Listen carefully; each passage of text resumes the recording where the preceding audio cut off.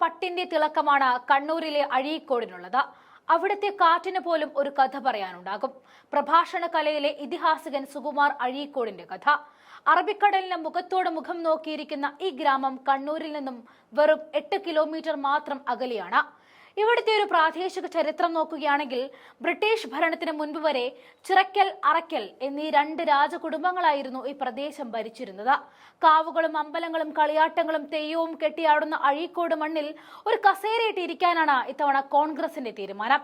കണ്ണൂർ ജില്ലയിലെ കണ്ണൂർ മുനിസിപ്പൽ കോർപ്പറേഷനിലെ പൂഴാതി, പള്ളിക്കുന്ന് സോണുകളും അഴീക്കോട്, ചിറക്കൽ, വളപട്ടണം, നാറാത്ത്, പപ്പിനിശ്ശേരി എന്നീ പഞ്ചായത്തുകളും ഉൾപ്പെട്ടതാണ് അഴീക്കോട് നിയമസഭാ മണ്ഡലം. 2008 നിയമസഭ പുനർനിർണയത്തിന് മുൻപ് വരെ അഴീക്കോട്, വളപട്ടണം, തളിപ്പറമ്പ് താലൂക്കിലെ മാട്ടൂർ, ചെറുകുന്ന്, കണ്ണപുരം, കല്യാശ്ശേരി, നാറാത്ത്, പപ്പിനിശ്ശേരി എന്നീ പഞ്ചായത്തുകൾ ഉൾപ്പെട്ടതായിരുന്നു അഴീക്കോട് നിയമസഭാ മണ്ഡലം. കണ്ണൂർ ലോക്സഭാ മണ്ഡലത്തിൽ ഉൾപ്പെടുന്ന 7 സംസ്ഥാന നിയമസഭാ മണ്ഡലങ്ങളിൽ ഒന്നാണിത്. അഴീക്കോട് നിയമസഭാ മണ്ഡലത്തിൽ മുനിസിപ്പൽ കോർപ്പറേഷൻ 15 വാർഡുകളും പള്ളിക്കുന്ന് സോൺ, പുഴാതി സോൺ, ഒരേ താലൂക്കിലെ 5 പഞ്ചായത്തുകളുമാണ് ഉള്ളത്. ചെഞ്ചോര ചോപ്പ് മാത്രം കണ്ടു വളർന്ന അഴീക്കോടിന്റെ നെയ്ത്തു ഗ്രാമങ്ങളിലേക്കും തീരദേശ മേഖലയിലേക്കും കോൺഗ്രസ് നേതൃത്വത്തിൽ മുസ്ലിം ലീഗ് വെന്നിക്കൊടി പാറിക്കുന്നത് 2011 അന്ന് മുതൽ ഇടതിന്റെ വെട്ടിയിട്ട മണ്ണായി കണ്ണൂരിലെ അഴീക്കോട് മാറി.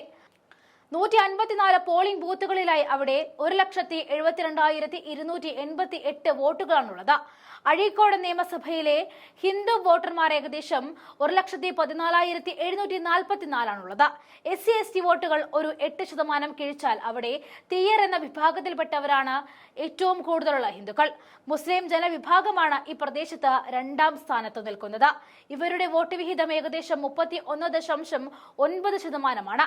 ഏറ്റവും കുറവ് ക്രിസ്ത്യൻ വോട്ടുകളുടെ മണ്ഡലം കൂടിയാണിത്. ഇവിടെ ഗ്രാമീണ വോട്ടർമാർ ഏകദേശം 0% നിൽക്കുമ്പോൾ നഗര വോട്ടർമാർ 100%. 2019 തിരഞ്ഞെടുപ്പിൽ 80.92%, 2016 81.93% പോളിംഗും രേഖപ്പെടുത്തിയിട്ടുണ്ട്. 154 ബൂത്തുകളിലും CPM-ന് ശക്തി കുറഞ്ഞ മണ്ഡലങ്ങളുടെ എണ്ണം 50 ആകുമ്പോൾ BJP-ക്ക് അത് 54 ആകുന്നു. അതിനർത്ഥം പകുതിയിൽ കൂടുതൽ ബൂത്തുകളിലും ഒരു കോൺഗ്രസ് തരംഗമുണ്ട് എന്ന് തന്നെയാണ്. 1991 മുതൽ 2011 വരെ LDF-ന്റെ കുത്തക മണ്ഡലമായിരുന്ന അഴീക്കോട് 2011 തിരഞ്ഞെടുപ്പിൽ KM ഷാജിയിലൂടെയാണ് മുസ്ലിം ലീഗിലേക്ക് എത്തുന്നത്. 2016 MV നികേഷ് കുമാറിലൂടെ മണ്ഡലം തിരിച്ചുപിടിക്കാൻ ശ്രമിച്ചുവെങ്കിലും അഴീക്കോട് മണ്ഡലം കൂടുതൽ ഭൂരിപക്ഷം നൽകി ലീഗിനും ഷാജിക്കും ഒപ്പം നിന്നു.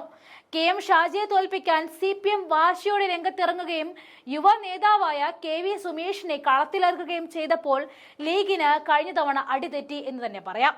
കണ്ണൂർ കോർപ്പറേഷനുമായി ബന്ധപ്പെട്ട് ഉടലെടുത്ത വിഭാഗീയതയും ലീഗിനകത്തെ ചില പ്രശ്നങ്ങളും തിരിച്ചടിയായി മാറി. ആ തിരിച്ചടിക്ക് പകരം ചോദിക്കാൻ തന്നെയാണ് കോൺഗ്രസ് തീരുമാനം. ഇത്തവണ മുസ്ലിം ലീഗിനെ മാറ്റി കോൺഗ്രസ് ഒരു പുതിയ പരീക്ഷണത്തിലാണ് ഇറങ്ങുന്നത്. വെച്ചുമാറൽ തന്ത്രം.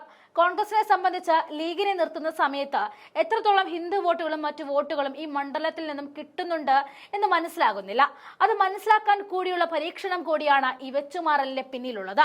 മാത്രവുമല്ല, കഴിഞ്ഞ ലോക്സഭാ തെരഞ്ഞെടുപ്പിൽ കണ്ണൂരിൽ നിന്നും മത്സരിച്ച് വിജയിച്ച K സുധാകരന്റെ വോട്ട് വിഹിതം നിയോജക മണ്ഡല അടിസ്ഥാനത്തിൽ നോക്കുമ്പോൾ കൂടുതൽ അഴീക്കോടിൽ നിന്നുമാണെന്നതും ഈ വെച്ചുമാറൽ കോൺഗ്രസിന് പ്രചോദനം നൽകുന്ന ഘടകമാണ്. ഈ സീറ്റിൽ കോൺഗ്രസ് സ്ഥാനാർത്ഥിയെ നിർത്തിയാൽ 2 സീറ്റും പിടിച്ചെടുക്കാം എന്നാണ് കോൺഗ്രസിന്റെ ആത്മവിശ്വാസം. അങ്ങനെ നിർത്തിയാൽ ആരായിരിക്കും അഴീക്കോടിന്റെ മണ്ണിനായി കോൺഗ്രസ് കാത്തുവെക്കുക എന്നതാണ് ആകാംക്ഷയോടെ നോക്കുന്നത്.